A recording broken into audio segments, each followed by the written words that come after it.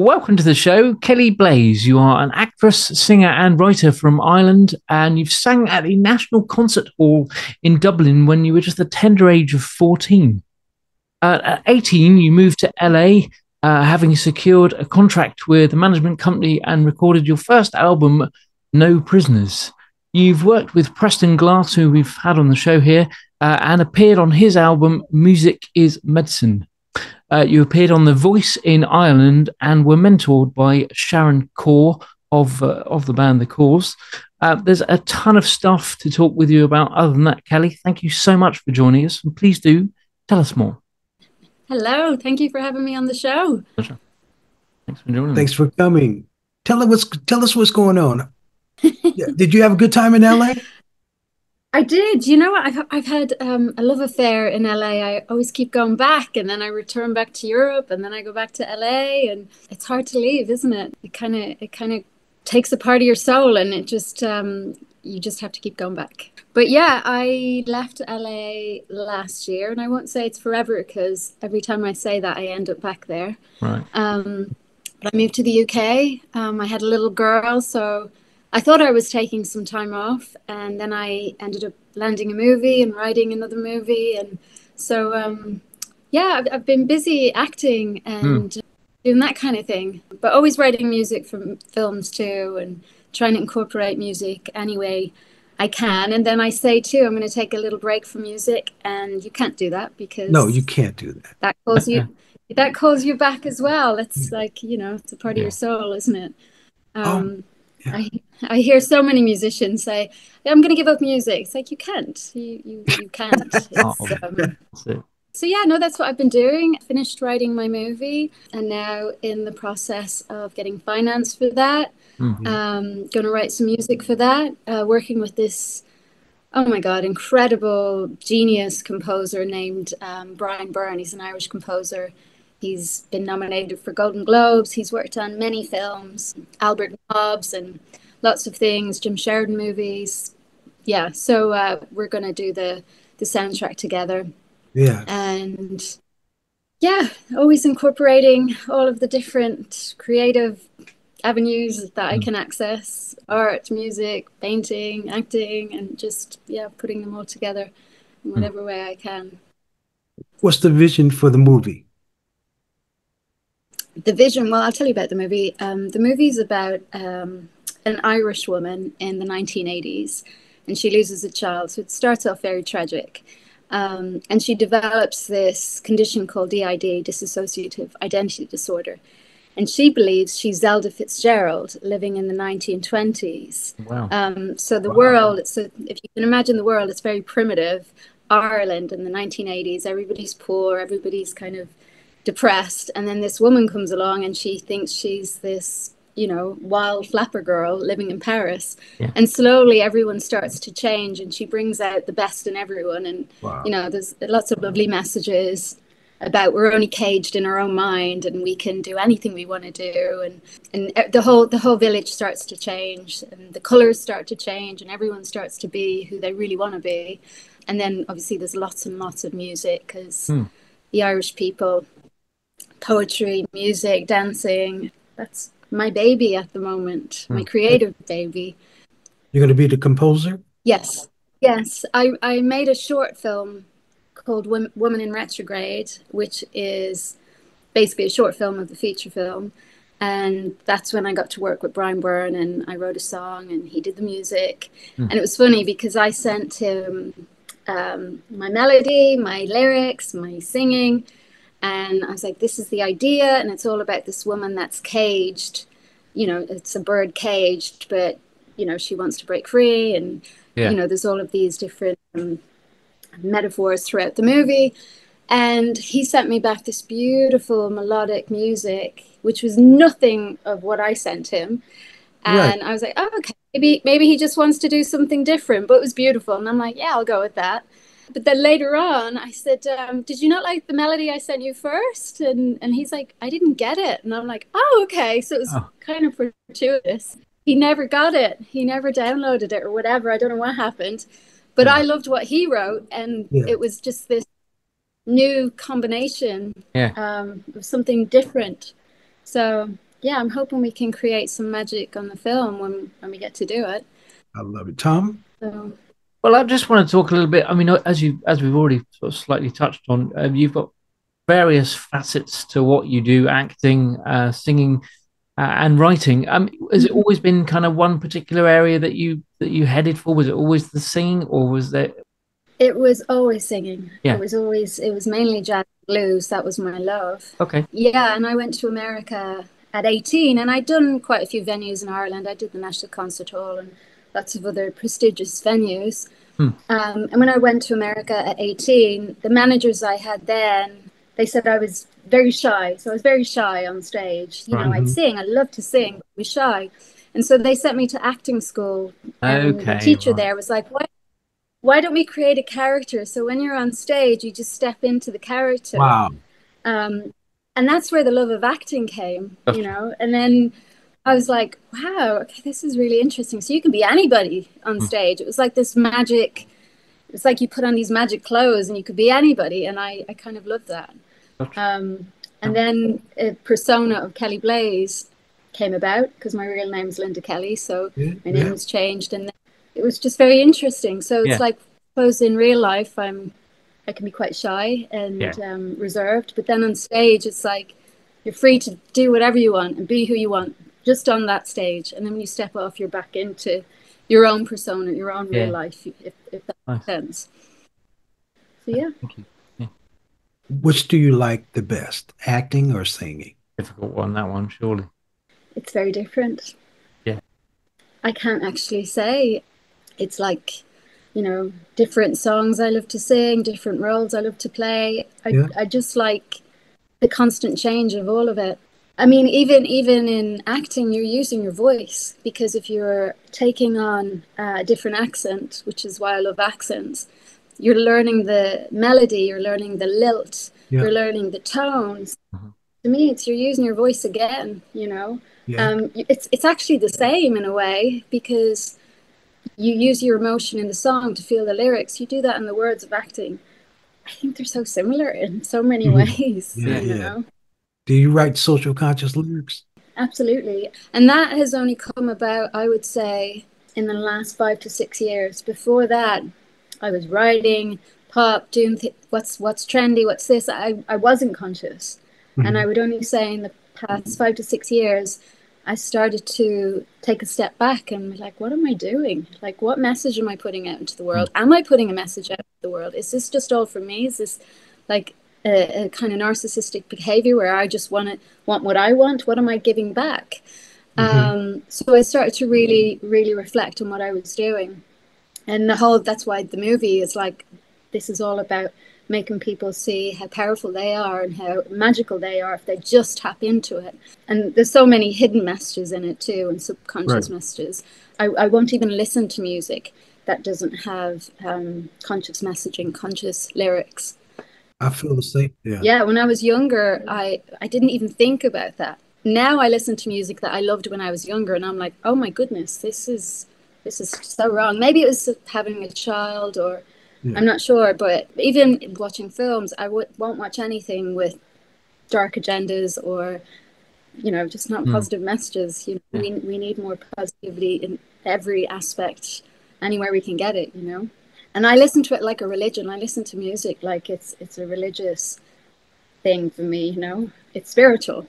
You fall in love with it and you take the ride, right? Absolutely. And as singers, you can sing the same song over and over again, and it's a different experience every single time you do it.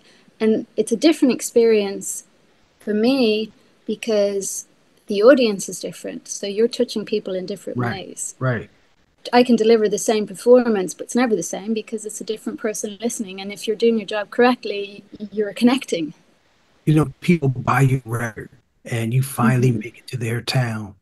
They're coming to see you sing that song to them. Absolutely. I used to think Michael Jackson was writing all his music about me. I really did. Yeah. Oh my God. And I wrote him a letter. I wrote him a letter when I was 12, asking him to come to Ireland and meet me, and I'd move in and we could make music together. Like, it was so innocent, but I think about that 12-year-old girl, and I think about that now. Anytime I'm Yeah. doing music, film, Wow. whatever, I'm like, you're writing it. Every especially younger people, children, they think that that art is for them, and it is for them. It absolutely is for them, Yeah, and they it interpret it differently. but You I know. I love it when, you write some lyrical content and you performing, but you watching people in the audience sing your lyrics back to you. Hmm. That's the most Absolutely. beautiful thing you could ever like, I wrote these lyrics and here you are, you know my lyrics. That's so beautiful, right?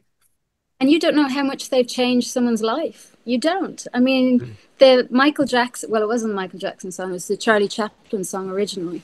But Michael Jackson sang it, the song Smile. That Yeah. was my favorite song growing up.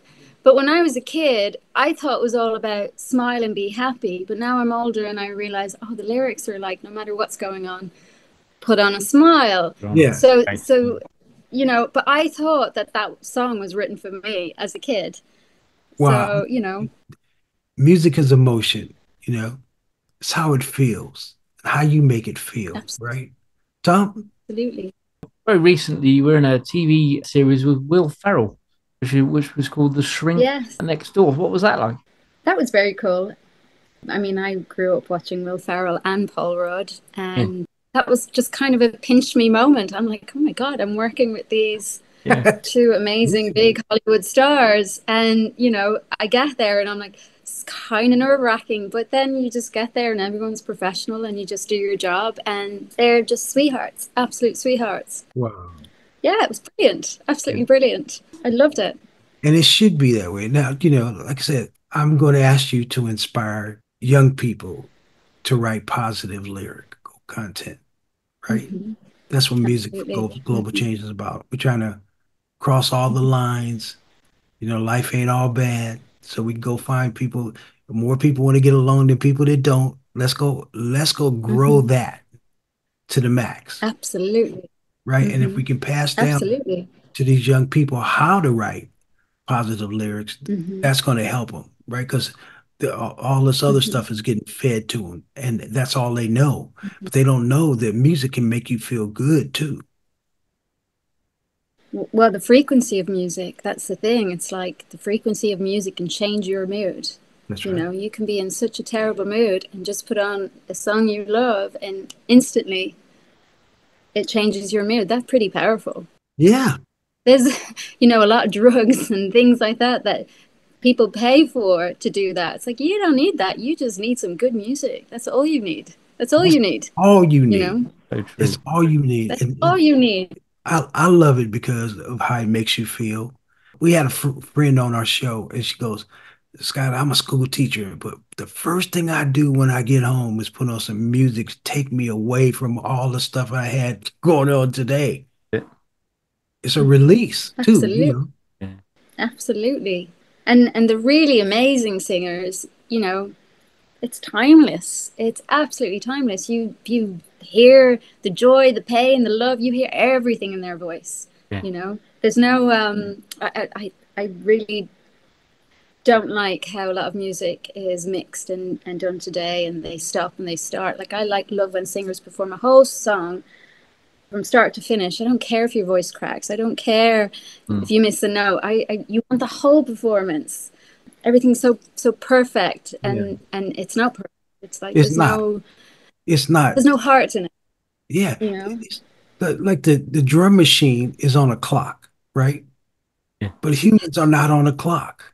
You No. know, when you playing like this, you're not a clock. You can make it well, the clock's trying to sound like you, basically, but the beautiful thing is that you have your own tone from your voice.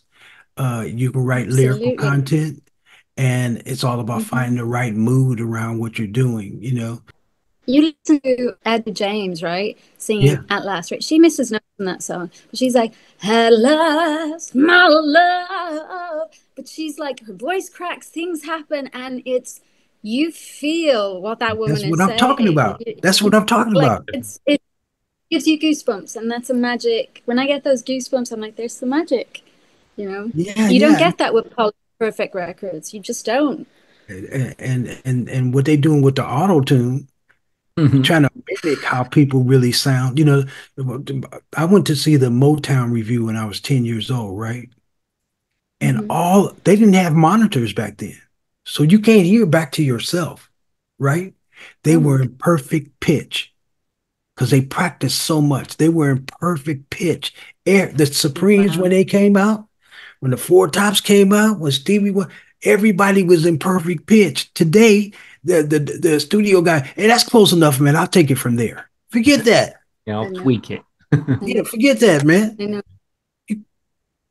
I've even been in studio sessions where I've had a producer be like, you know what? Well, we can get the backing singer to finish this if you're tired. I'm like, hell no. I'm like, we'll stay here till whatever time it takes. You know, it's just done differently, and it shouldn't be. But you know, Berry Gordy had a pretty amazing stable of artists. That I think that's what you're trying to do, and it's super impressive. Well, but our artists are going to be totally lyrics that heal, educate, and solve problems, right? But it's going to be all kind of amazing, like danceable music and everything. But the themes are, you know, how we can take care of each other, right? Absolutely, yeah. And it should be all inclusive, you know. It's not just one person singing a song on their own. It's like it's you're making the music for people to listen to. Well, we're going to have to invite you to come and sing one of your social conscious songs when we do a, you know what I mean? I would love to. Yeah. Absolutely. Yeah. I can already hear your voice is amazing. So I'm looking forward to that. But shoot, you ought to do a movie where you singing in the movie. Yeah, that's true. I did a movie probably 10 years ago now, but it was called The O'Briens, and the character I played was a singer, and so I wrote a song for the movie called Home.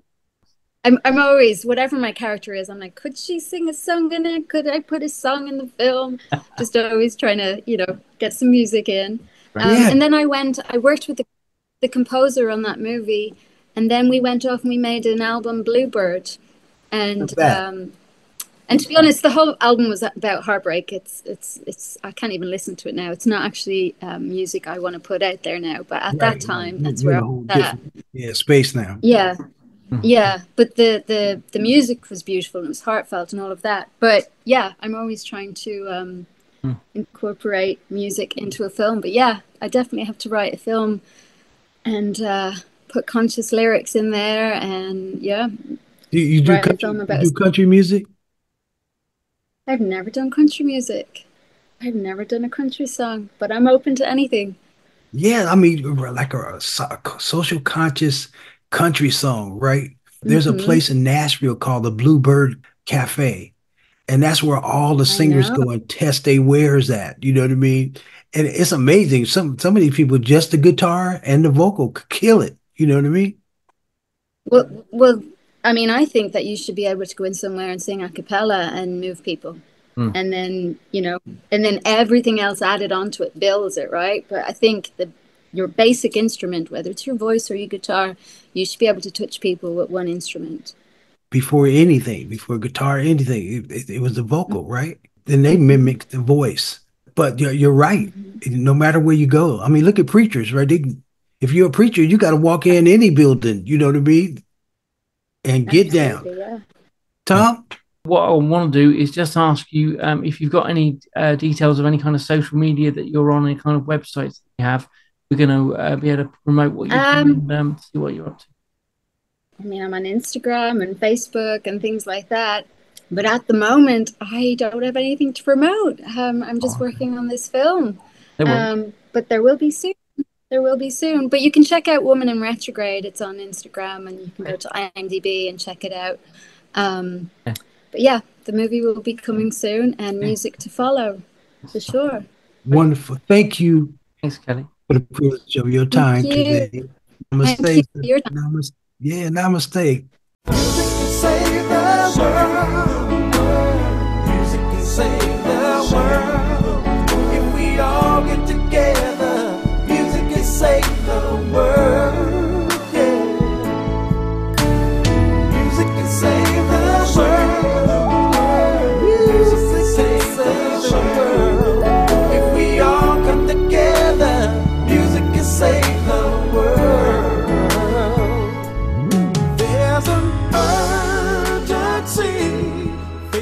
our humanity.